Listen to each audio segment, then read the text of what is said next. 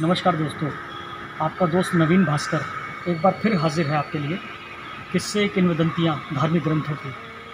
दोस्तों, आपका स्वागत है।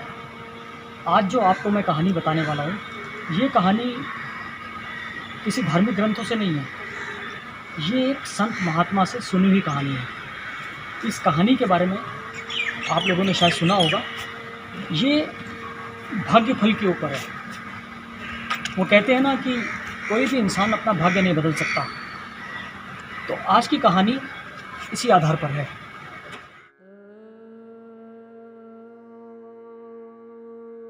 दोस्तों, कहते हैं ना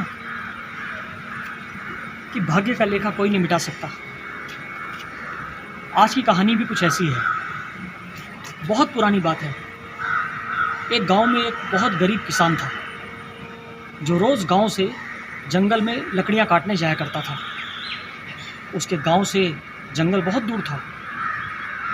तो गांव से जंगल तक के सफ़र में रास्ते भर वो शिव भगवान की आराधना करते हुए ओम नमः शिवाय का जाप करता था। शिव भगवान उसकी भक्ति से बहुत प्रसन्न थे। कैलाश पर्वत में शिव भगवान के साथ पार्वती माता भी बैठी थी।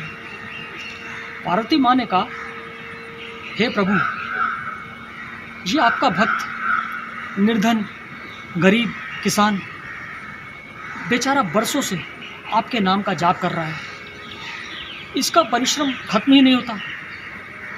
इसके भाग्य को बदलो प्रभु, और इसको इतना धन दो ताकि इसका रोज़ रोज़ गांव से जंगल तक जाना आना बंद हो जाए।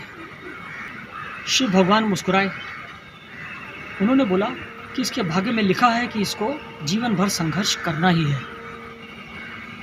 मैं अगर इसको धन दौलत देना भी चाहूँ तो इसके भाग्य में नहीं है। पार्वती माता मुस्कुराई। उन्होंने बोला, प्रभु, ऐसा कैसे संभव है? आप अगर किसी को देना चाहो और उसको ना मिले, ऐसा तो हो ही नहीं सकता। शिव भगवान ने बोला, पार्वती, जैसा मैं आपको कह रहा हूँ बिल्कुल ऐसा ही है कि इस इंसान के जीवन में जीवन भर संघर्ष ही लिखा है। अब कहते हैं ना, पत्नी की जिद के आगे तो भगवान को भी झुकना पड़ता है। तो पार्वती माता के कहने पर शिव भगवान ने उस आदमी के रास्ते में सोने और हीरे जवाहरात से भरे हुए घड़े रख दिए, जिस रास्ते से वो गांव से होता हुआ जंगल की तरफ लकड़ियां काटने जाता था। भाग्य का खेल देखिए कितना निराला है।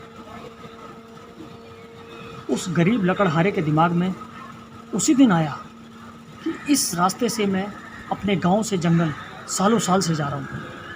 आज देखता हूँ कि मैं आंखें बंद करके कितनी दूर तक जा सकता हूँ। विडंबना देखिए, जहाँ भगवान ने उसके लिए सोने हीरे जवाहरात से भरे हुए घड़े रखे थे, वहीं से वो आंखें मूंद के आगे चला गया। इस पर शिव भगवान ने पार्वती माता से बोला, देखा, इस मनुष्य के भाग्य में रखा हुआ पड़ा हुआ धन नहीं है। ये जो भी कमाएगा अपनी मेहनत से ही कमाएगा।